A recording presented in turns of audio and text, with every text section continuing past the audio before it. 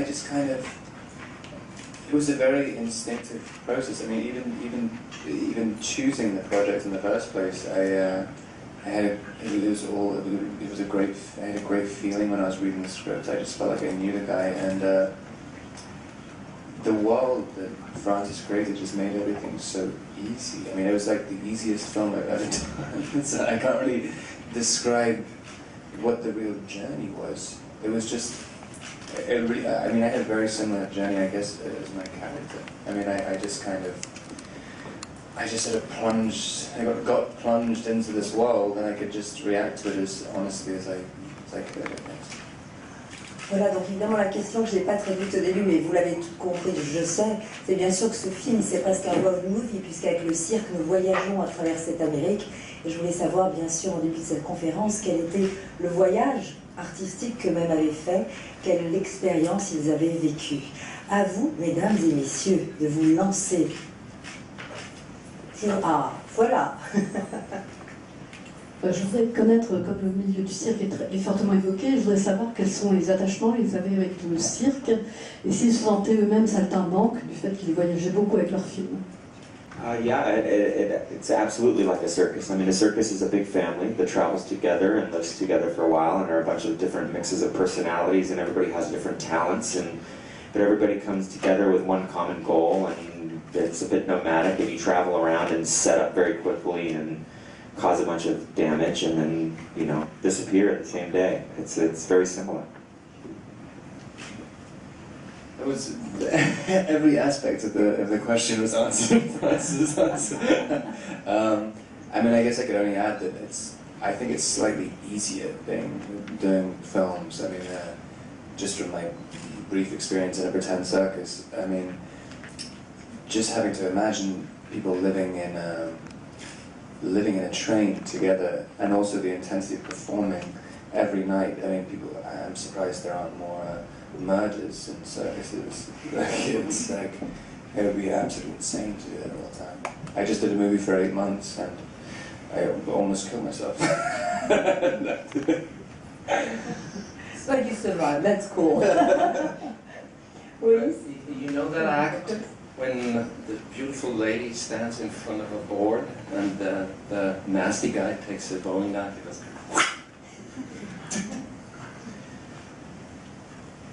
I think there's a slight difference between doing that in a movie and doing that in the circus.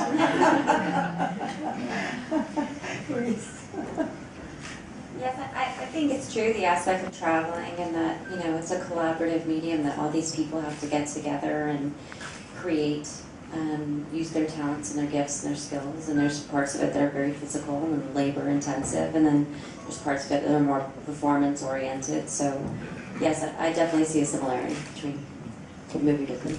How did you start working with the elephants? Well, I picked the elephant because the elephant trainer was recommended to me, and I had worked with him once before and really liked him, and so I went down to his ranch. He had 5 or 6 elephants, and I met Ty and picked her because she was the largest, the oldest, the most beautiful.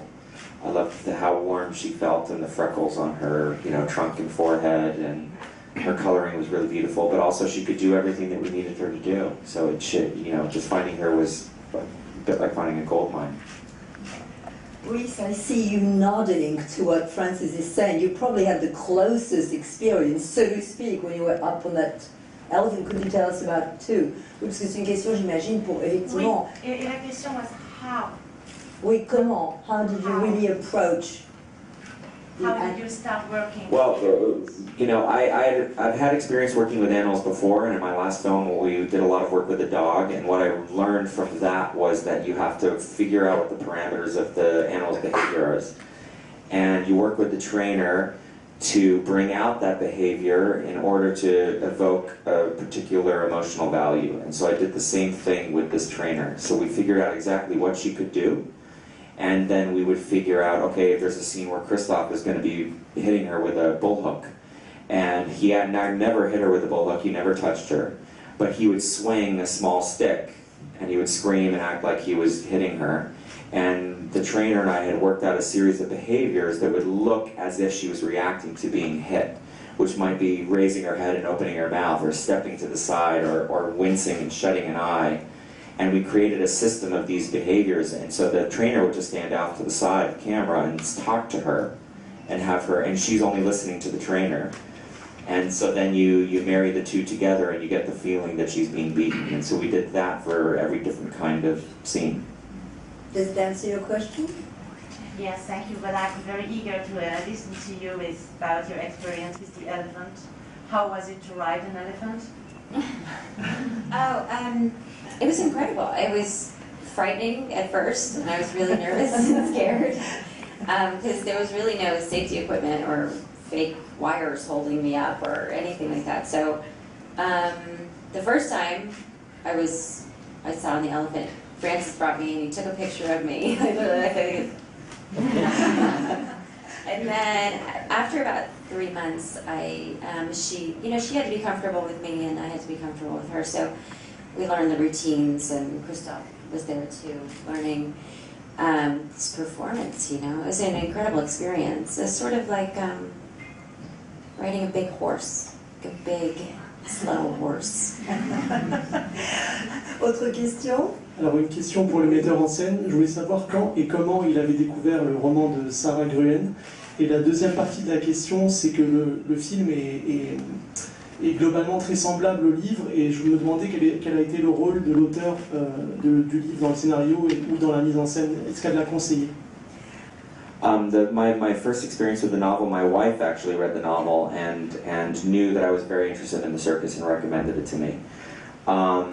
And yeah, that's how I read it for the first time. But I think that Richard LaGravenese, who's here somewhere, I don't see him, but he's here, and I worked very closely with condensing the novel down, and we had to squeeze a 14-hour read down into a 2-hour experience.